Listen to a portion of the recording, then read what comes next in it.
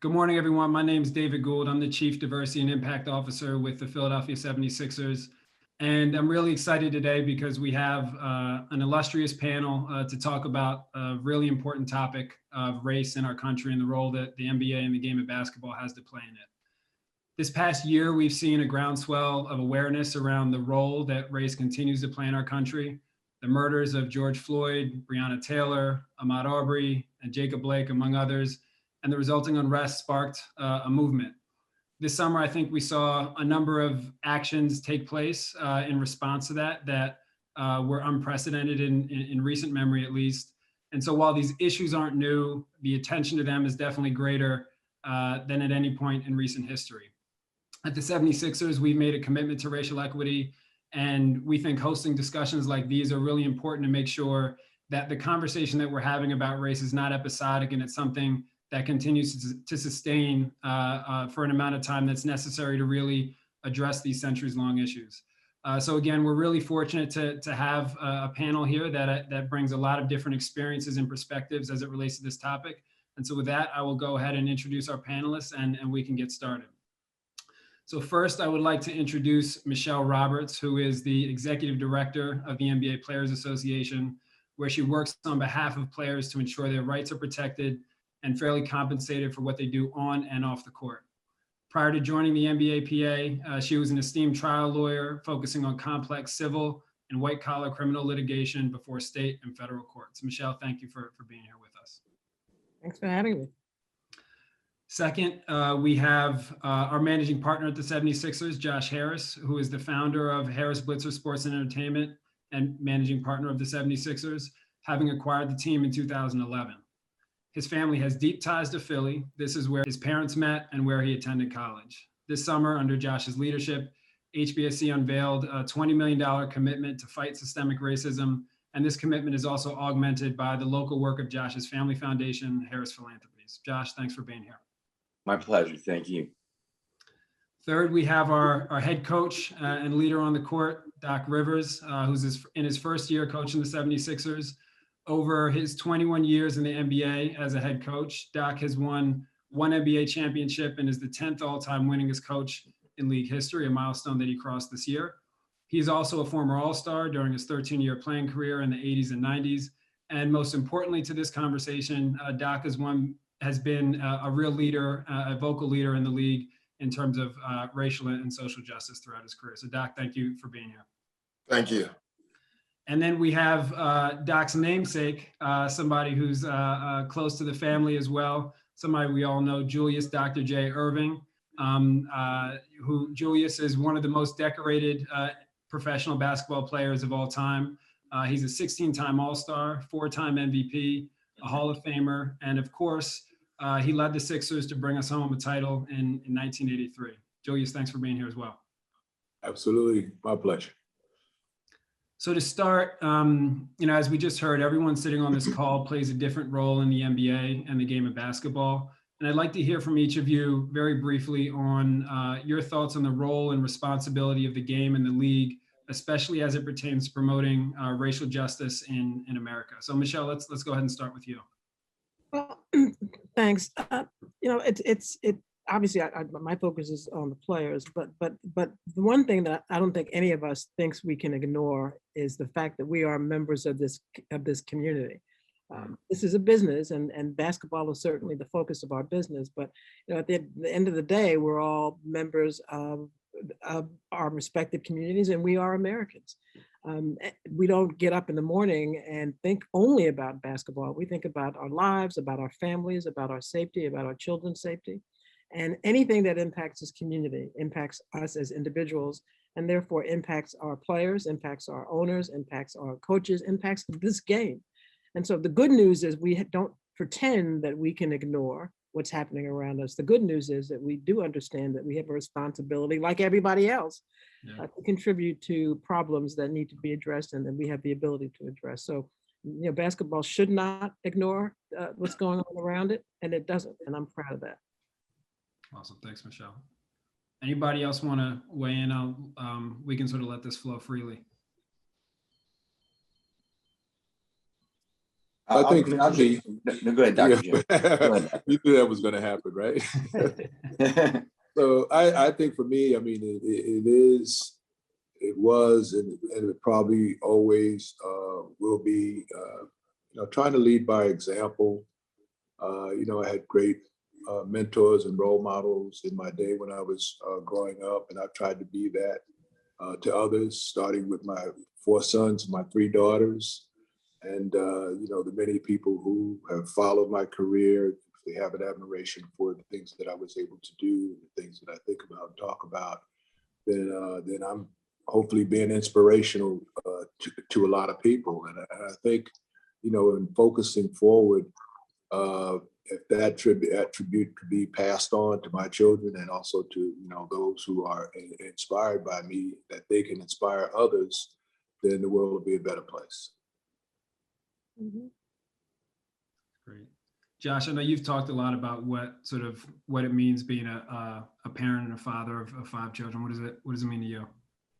Yeah, well, first of all, David, I'm deeply appreciative to be in this group. And, obviously we all have a role to play, whether we're Black or white, we all have kids, and it's not fair for kids to have to grow up in a world where, because of the color of someone's skin, they have less economic opportunity than others. And so we need to, this has been going on now for hundreds of years, and it's time for it to stop, and we need to step up and not only talk about it and make sure that the momentum continues to fix it, but walk the walk, and actions, not words. And I'll never forget, one of the reasons that I got involved with sports, I remember being a freshman in college in Philly and watching Dr. J lead the last Sixers NBA championship team in 1983, and all the celebrations that occurred.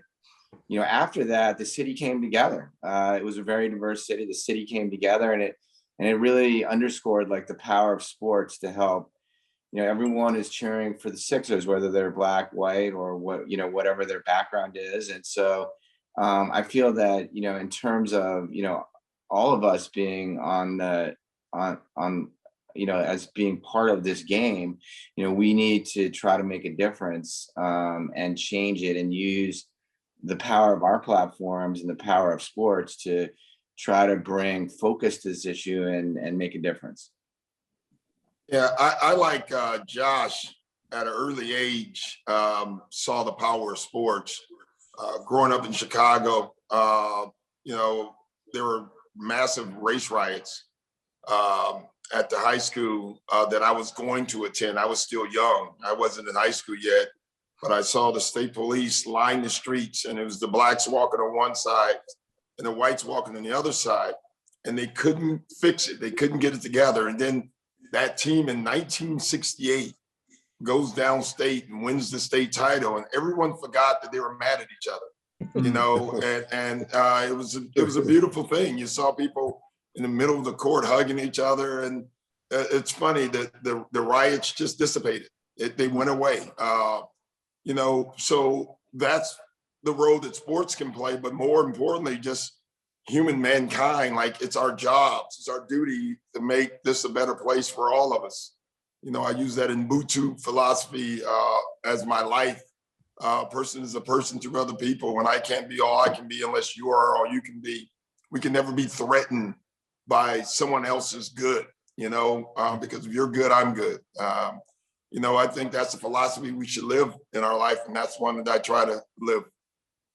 That's great. So thinking about that and the role that sports has played, and to Josh and Coach's points about it being a unifying tool. Michele, we saw this summer 2, I think, pretty new and groundbreaking initiatives come out of the league. Partnership between the league and the Players Association with the foundation and the Social Justice Coalition. I know, Coach, you sit on the Social Justice Coalition. Michele, I'm sure you were integral into the creation of those. Can you talk a little bit about how that came about and sort of what it means to really start to push the envelope about the role that the league's playing there? Yeah, obviously the league had been doing its thing in terms of philanthropy, and PA had been doing its thing as well. But we weren't doing the things together. I mean, we were doing the right things, but not together. And individual teams, and Philly was doing some great stuff. And Doc was there, Coach Rivers was there in the bubble when we were all still reeling from what had gone on last summer. Jacob Blake had just been killed. The players that were still in the bubble stopped playing. Yeah. And there was this need to continue to do something, but we've talked about direct action. And again, I'm not just brown nosing you, Coach, your presence in that meeting, and Coach was in the meeting that we had with the players, where guys were like just expressing themselves and trying to figure out what to do. And it was palpable, the energy in that room.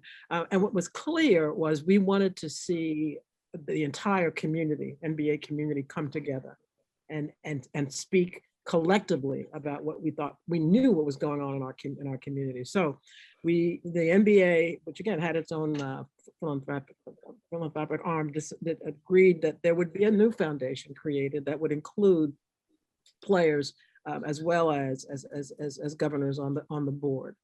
And so that's one entity.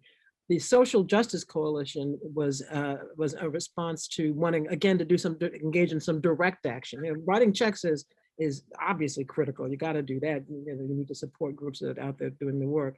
But what we wanted to do was actually get our, my words, hands dirty. You know, what can we actually do? Who do we actually call? Who can we actually march with? What doors do we need to be knocking on? And that's where the Social Justice Coalition came to fruition. So that coalition includes governors, includes players, and includes coaches. And that's a little late getting started. We've just started that process now, but we've already begun to draft some direct action items. So the beauty of it is, you know, again, I don't want to suggest that nothing was being done either individually or collectively before these two entities were created. That's not at all the case. But the beauty of these two entities is that we're doing it now as my words, a family. Mhm. I think therefore more powerfully, and I'm excited. The players are excited. I think all of us, all members of our family are excited about it. Yeah, and I would like to echo what Michele was saying. Being in that room was powerful when you saw these young men, very emotional. And I think what stood out to me was how big this thing is, because Michele would remember everyone had a great idea. There was 1,000 of them, and I think we realized we can't do them all. And so bringing them together, bringing the ideas together, and sitting and having this coalition now, where there's money in it, which is important, but there's also going to be full-time workers. You know, we got to do our jobs. Like, I got to go coach, and Chris Paul has to go play basketball. And so it's nice now that we're going to have this organization that is still working on our behalf. And this is something this has legacy. And to me, that's what these guys wanted. They wanted something that lasted more than a day, more than a summer. And they've done that. And so just being in that room, for me, I've never been more proud of a group of guys, black and white, probably in my life, especially when you look at their ages. I thought it was amazing. I agree. The room that I was in the Board of Governors, I was humbled and really excited by the fact that there was this grant, and you know, obviously, most of the owners are white and can never walk in the shoes of the black men and women that have experienced this. But there was this groundswell of support, unanimous support. Everyone speaking up, saying like, we've got to do something and not just let these events create. There was a lot of shock and awe over the summer as to what was going on, but like, how do we create something that's sustainable, that we can, and how do we support it, and how do we make ourselves accountable, and how do we keep the momentum up? And it was, the people in that room obviously are not only leaders in sports, but in many cases leaders in business and politics, and so the engagement and involvement of that room, and the continued engagement and involvement of the Board of Governors with the players and everyone is something that I think I was excited about, and we're all excited to keep it going and do whatever we can to learn, to listen, but also to help and to really create real change, not just words. Yeah. Josh, maybe we can dig into that a little deeper. I know you and I I think got to know each other over the summer and bonded, working on having similar conversations within HBSE. I know, we had a town hall where I was a very new employee at the time and got up and shared an experience. My sister was out in DC marching at the time. I ended up in tears, and we had a lot of those raw emotional conversations. I think opened a lot of eyes. Can you talk a little bit about, sort of like your experience over the summer and this past year, and sort of what it means to you as an owner to engage on the issue? Yeah, no, so I'll be honest, like when the George Floyd murder occurred, like I had thought, maybe wrongly, I was naively under the impression that the country had made more progress than it really had. And so it was a real shock to me. And I'll never forget that, Elton Brand, kind of that night, as we were trying to figure out how to deal with that event, said, that I want actions, not words. Like, I don't want to just let this. And he relayed to me a series of horrible stories that occurred to him personally, even though he's, obviously an NBA All-Star and GM. And there's occasions even now that he's, doesn't feel comfortable in certain situations. And it was shocking to me. And then I started talking to some of our players and Matisse and Tobias, and they all were experiencing the same thing. And then, you start looking into like some of the systemic economic racism that exists in the country. And so it was real education, eye-opening process for me. And it just started with listening. Once we did all that, we just decided that we needed to walk the walk. And it started with, kind of changing who we hired, who we promoted, promoting David. David, thank you for everything you're doing for our organization to promote and discuss these issues and make sure that people are afforded similar economic opportunities and counteract, in essence, the systemic racism that exists. And then after that, we pledged $20 million, or, we started a process of a three-pronged process of going into Black communities and, investing in them and, helping them create community centers and housing, making sure that everyone's kids have the same opportunities. And then lastly, choosing partners, and this is something we all can do through all our business, making sure that Black-owned, Black-managed businesses have the same opportunities as everyone else. And that's a massive thing that we can all focus on. And so the Sixers are doing that, and we're going to announce 2 partners, I think, in the next week or so. And so, but this is just the beginning. And, it's hard, but it's something that I feel that, we're the team and the players, and the world deserves. And so we're really committed to it. Yeah, that's awesome. I know, to your point, Josh, we've had a lot of conversations about that, and, really excited about the work we have in front of us. I want to turn over to Doc and Doc to dig in a little bit on, I think the assumption really is that we're at an inflection point, or, we're seeing a lot of new energy and new ideas and new collaborations here. I'm not calling you old, but you both have been around the league for a while and have a I think a really important perspective on how things have changed from when you both came into the league as players to now, Julius as a Hall of Famer and an alum coach, with 21 years of coaching under your belt, now with your own players, speaking on these issues. Can you talk a little bit about what the league was like when both of you came in, and then how things have evolved to what we're seeing today? Well, first, let me say that there's no offense taken to being called a senior citizen. And as long as I get birthday wishes from Bill Russell, who's 16 years my senior, and he sends me a photograph of him blowing 87 candles out with 3 breaths. You got half of them with the first one, then you got the next 2 and knocked it out. And since I turned 71 on Monday, I'm probably the oldest guy on this panel. So I know you say it respectfully.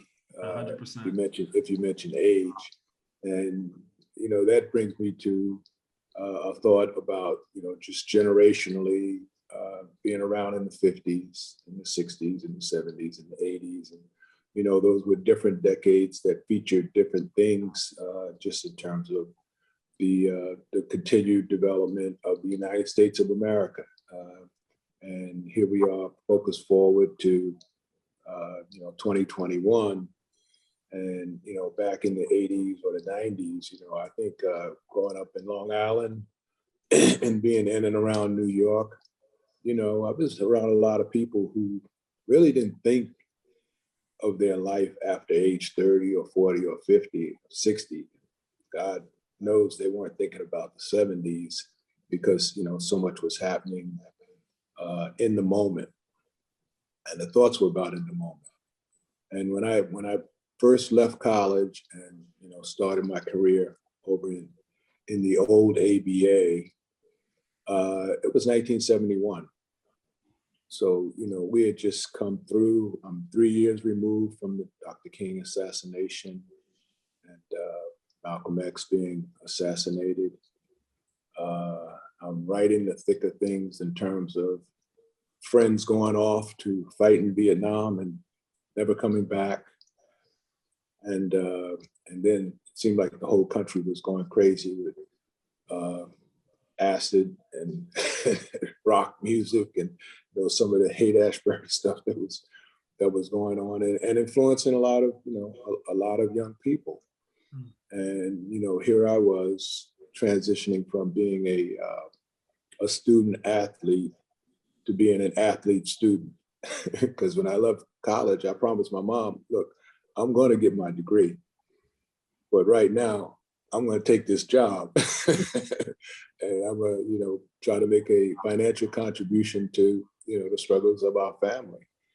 And I think, my focus during that time, even though there was so much going on and there was so, we'd come off the race riots and we'd come off the assassinations and there was so much social unrest, but I think the mood was, you had to side with somebody and believe in something. And in my household, my mother was very spiritual and we were Christians, and so that was first and foremost. We put God first, and then we put family after that, and then friends, and then everybody else after that.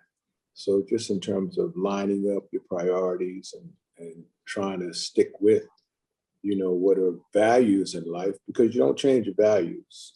You change your principles, change your opinion, change your mind a lot, but you don't change, the things that are ingrained in you that are values to you. So I think for me and the people who I met when I became a pro, going down in the old ABA and playing with the Virginia Squires and Fatty Taylor and Neil Johnson, Ray Scott and Bernie Williams, and eventually George Gervin became my teammate. A guy named George Erving was with us.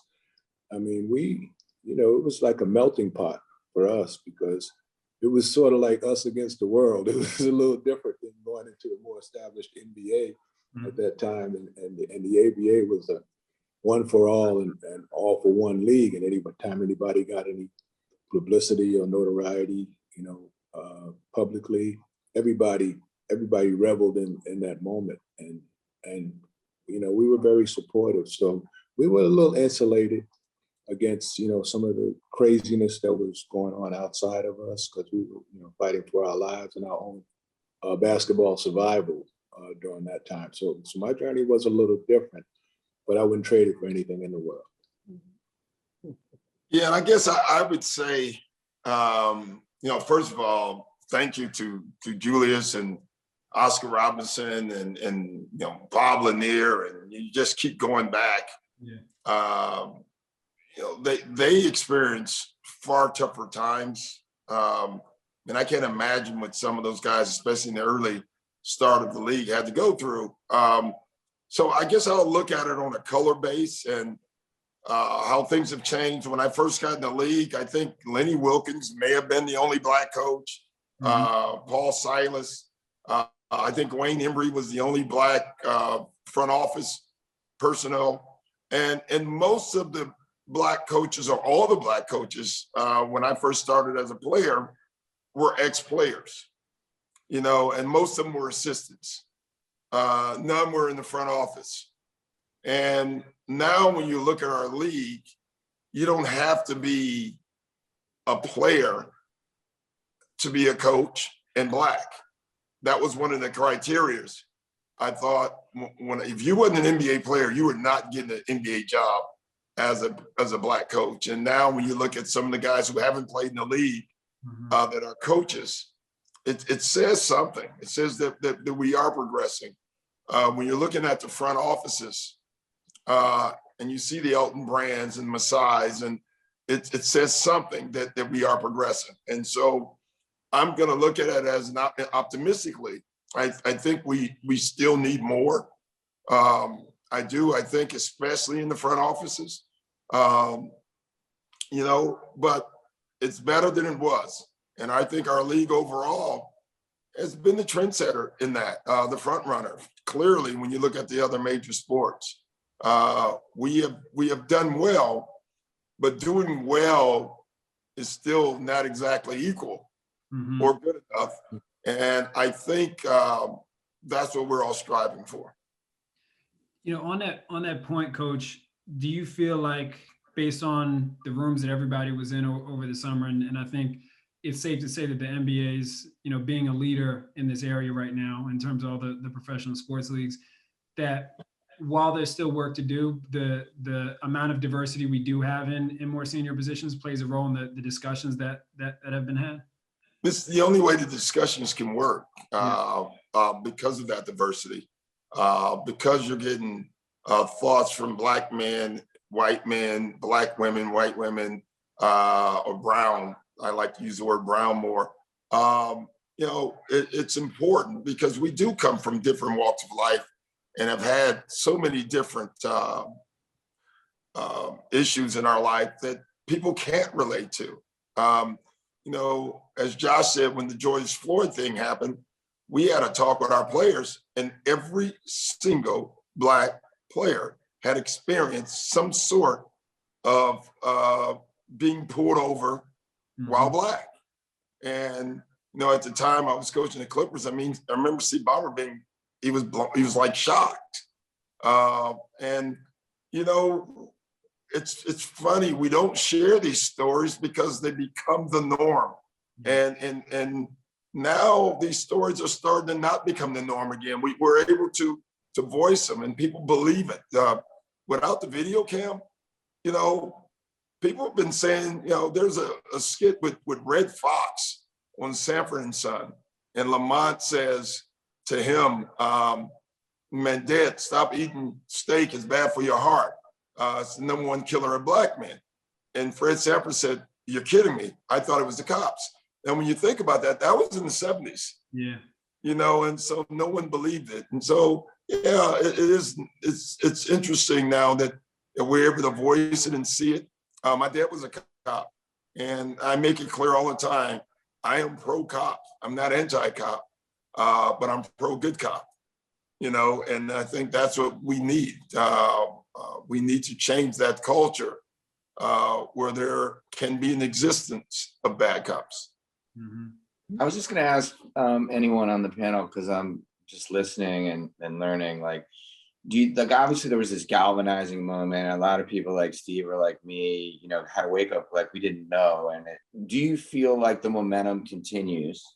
And how do we all collectively keep it going? Because the news cycle moves past and people are on something else. Where are we and how do we keep it going? I'll let Michele go. No, I was going to say another event will happen. Another event has happened. Yes. Right. So, when Jacob Blake happened, I was just waiting. When remember that before we resumed play, there was a lot of discussion among the players about whether or not we should even resume play. And it was a fascinating experience for me to listen to these men, multiple calls, talk about it. And so we agreed to go ahead, get back down and continue to agitate. And the guys were down there doing, press and during their media interviews, and they were talking. but I knew there would be another incident. And so when Jacob Blake got shot, it wasn't like, oh my God, they did it again. It was, okay, this is it. It's just not a question of if, but when. I think the way, it's with COVID has made it very difficult for a lot of things to be given the attention that's warranted. We just had this huge election, and that, of course, just drained all of the media attention, and then the impeachment. So, the good news is, because I look for it, it's happening now. How we get the media to pick up on it again is a different animal. But players are still out there. I mean, we're still working, to get this social justice coalition thing going on. We've got this police accountability project that we're working on. So it's happening. The one, and I'll say one more point and then I'll stop. The one sort of light in this tunnel is that the players at least have this unbelievable platform, and that's social media. And they can light it up when they decide to light it up. And so we're about to light it up again, because the problem hasn't gone away. Even if CNN doesn't think it's front page news, if LeBron James thinks it's front page news, he can make it front page news. So with this platform, we can, I think, Josh, if we use it, we can keep the conversation going, because the problem hasn't gone away. A week ago, a homeless Black man was stopped for jaywalking in California. He's dead. He's dead. He got shot. And he was stopped because he was jaywalking. You know how many times a day I jaywalk? I won't do it in California, right? So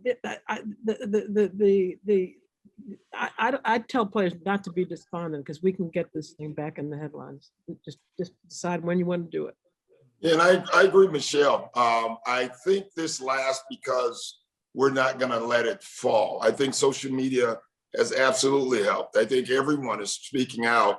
But Josh, I would say this, and I would say this to everybody. I think the biggest vehicle we have is our voices. And not just our Black voices, but our white voices, and every voice. When you see something, when you hear something that you know is wrong, I think what has changed over the last year, people are speaking up. They're calling it out. For me right now, this cancel culture talk, it literally enrages me. When I hear Sean Hannity or Ted Cruz or anyone talk about cancel culture, and it's like offensive in some ways to me, because I'm thinking, okay, we live in a country that tried to cancel our race. And we also live in a place that every corporation in the world wants to improve their culture, except for the USA government. When you think about it, like Josh, the first thing you did when you hired me, you said, hey, I want to improve our culture. Everyone wants their culture improved. And so that's what we're all trying to do. And so when you hear cancel culture, I look at Germany right now, and you cannot go to Germany and find a statue of Adolf Hitler. You will not find one. You will not find a swastika. It's illegal. And so what's offensive to the Black Americans are Confederate flags and statues of heroes. That's not canceling a culture. That's correcting a culture to make it better for all of us. And so I think we have to speak out, and we have to be heard. And I think what we're doing today is important, and we have to keep doing it. Yeah, I'm just astounded by this conversation and grateful to be on this call. I think, in my mind, one of the things why we've been able to spend as much attention on this issue is kind of because COVID too, because a lot of us have just been stuck at home and everybody's just on their phones or, staring at the TV. And I think, part of the question, and to Michele's point, is as, fingers crossed and God willing, things start to open back up and we all have more distractions in our life, how do we sort of battle that, right? And sustain the conversation. So Michele and Coach, as that happens, and, as Michele, from the Players Association side, coach from a team standpoint, how do you go about supporting players who want to engage on this issue? I think obviously players are all over the spectrum in terms of their level of comfort or willingness or motivation to do so. So how do you approach that? Well, I'll say this for me, I just support them. That's all you can do. Like, you support them. You first try to let your players know, and this is not just players, but everybody, you don't have to. It's not because we're athletes or coaches or owners that we have to do this. This is a want-to thing. And so if you want to get involved, then I'm going to support you. And when I read like Tobias Harris doing something, I typically go up to him, hey man, this is great what you're doing. If you need any help, then let me know. That's I think is the best way. Mm-hmm. Yeah, and contrary to what may be popular opinion, I hope not. I don't tell the players what to do. They tell me what to do. But I work for them, and to the extent people say to me, "But wow, Michele, you are doing a great job with those men. You got them out." I said, "I ain't got them doing nothing. I protect them, but these are men that, as Coach said, this is genuine for them. They feel this, and so my job is to facilitate it." And to the extent there are very few issues, because I think we are a league where we don't have our board of governors demanding that people be blackballed. So we've got a supportive league, and to the extent there would be any issue, then obviously I'd be there to protect the players. But it is to facilitate what they want to do, and to the extent there are opportunities that the union can provide that are consistent with what they've told me they're interested in doing. Mm-hmm. Then we do that. So, for example, we're gonna start as part of the work that we'll be doing as an NBA family is giving some attention to this national legislation, the George Floyd Justice and Policing Act. The players have said, what can I do? Well, there's some senators on the fence. Would you like to do a call with one? Absolutely. So there are things that I can help them do based on their interest. Mm-hmm. But to the extent anyone is of the view that we direct the players to do anything in connection with these issues, no, this is genuinely from their hearts. And that's the only way it's going to work. It's a league, right, that has 75+%, Black men. And Julius, you as a legend and somebody who I know a lot of the players look up to based on your career and your experience. We saw a lot of folks from your era speak out over the summer as well. And so what do you see as players are engaging and leaning in here? What do you see your role as sort of guiding them, advising them, sort of setting an example? How do you think about that? I've always viewed my role as being available. Mm-hmm. With many former teammates and friends, I always try to be available for counsel, for guidance, sharing opinions.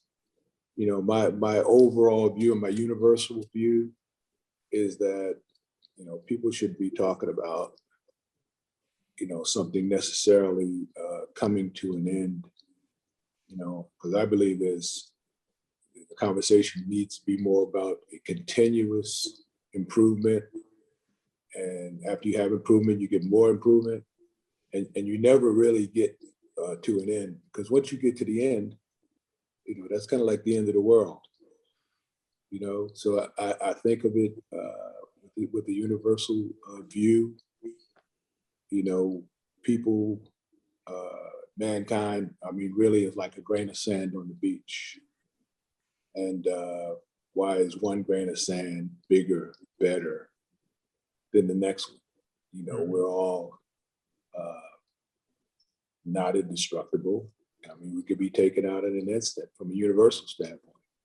So the idea of, ego tripping, thinking that you're better than somebody else, looking down on others, whatever. If you think of it universally, you start recognizing that that's just nonsense. Mm-hmm. That's not the reality of the world that we live in. We have made ourselves the ones who want to be the conquerors, who want to be better, bigger, stronger, richer. what have you. But, you know, God is kind of laughing at us, saying, you know, let the kids play, let them have their moment, let them have their day, whatever, because, you know, I'm really in control. So the idea of things that are happening, whether they're good or bad, you know, just coming to an end, you need to open up that door and know that it's going to lead to another door. And personally for me, I mean, I'm very proud of the stands that different players have taken. Obviously, Doc's position, Josh's position, Michele's position. You know, I'm a little envious of some of those closed door meetings that I wasn't invited to. Whatever, but I feel like, you know, being on this panel makes me a fly on the wall. And then as a fly on the wall, I gotta gather knowledge to go with the depth and the portfolio of knowledge that I already possess, and then be available to share that. That's where I stand on it. The you know, so, and this is also probably something that's evolved over time, but you know, Josh, you mentioned we have a league where 75% of our players are Black. That's a number that's changed over time as the league has grown and evolved. And we saw, I think, a lot of you know, not just white owners, as Josh was saying, but also white players, I think, come out and step out and be more vocal. And so, what if we've talked a lot about sort of like supporting Black players, but are we seeing sort of a shift in seeing players from all different types of backgrounds and engaging more on this issue and getting more comfortable with it? That's for anybody. Maybe Coach, if you maybe. Yeah, I would say absolutely. You know, I happen to be the unlucky man to be the coach of the Donald Sterling Clippers. Mm-hmm. And I remember that evening, you know, I walked in the room and guys were upset, you know, rightfully so. But the guy who visibly was just as upset as everybody else was JJ Redick. And I remember him saying, you know, I think someone said, you know, something about this is a Black problem. And JJ stood up. This is not a Black problem. This is a human rights problem. This is an equality problem. This is an American problem. I'm an American. And I'm pissed. And so I remember that. I see Kyle Korver also with the Bucks. So no, I think everyone now, and that's where whoever asked earlier about the change, that's where the change is coming from. It's not just one group of people, it's everyone that are getting involved. And I think that's what it's going to take. Yeah. And to pile onto what Doc's saying, if not the NBA, right, you know, it's just filled with super smart, capable people, like at every level, whether it be the players, the coaches, the union, the legends, the board of governors, and like, if not us, then who? I would also add, you know, our game has become increasingly international, and recall that in the bubble, the players were allowed to put a slogan, a saying, a word or two on their uniforms. And I was down in the bubble watching all these games. And one of the things that I was almost always moved to tears was watching what an international player had on his jersey. An issue that he could easily have said, look, it's not my problem. I play here, I go home. No, I mean, these men were feeling it, notwithstanding the fact that they weren't Black. And frankly, for many of them, notwithstanding the fact that they're not Americans.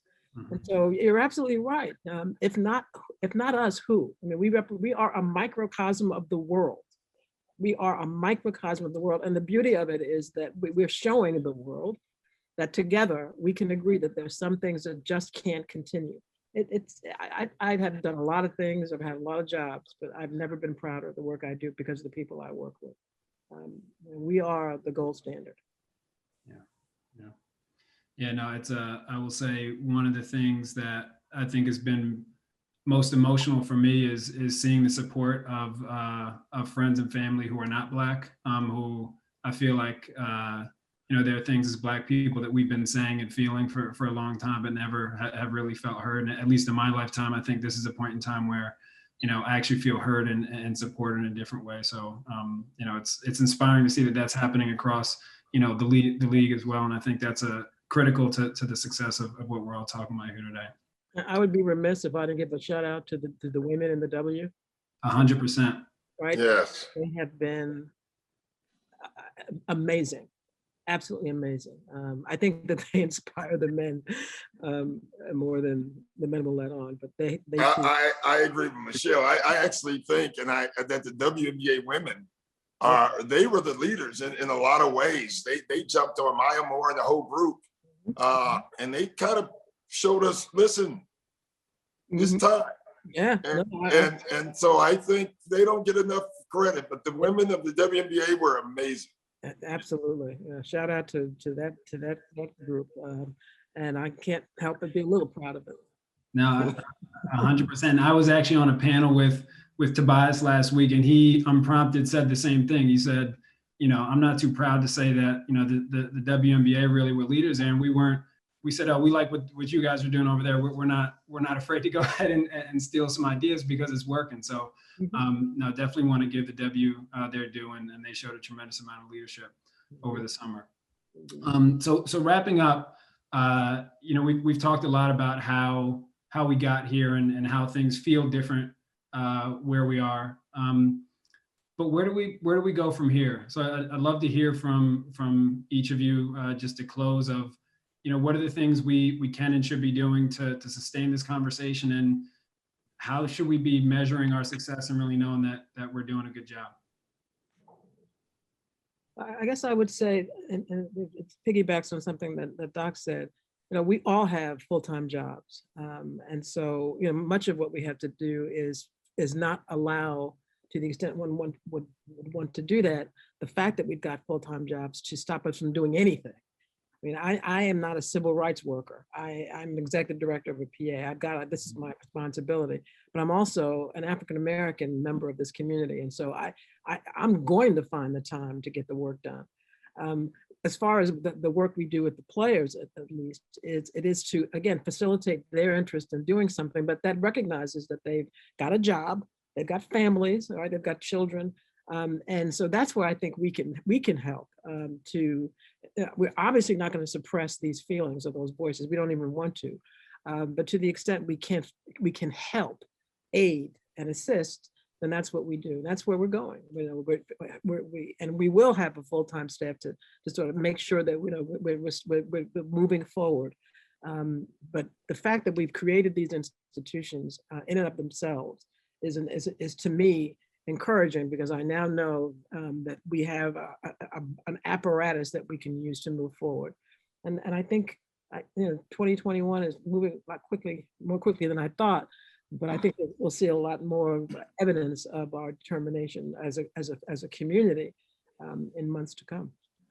And I would piggyback again the same as what Michelle was saying. And we just got to stay out there and keep pushing. I don't know if you can keep a score on where the improvement, piece by piece, person by person, is one way to account. Look at the NBA or the world that you exist in today, and then look at it in a year, and your visual will tell you, and just keep reminding everyone equality is equality. We should all have it.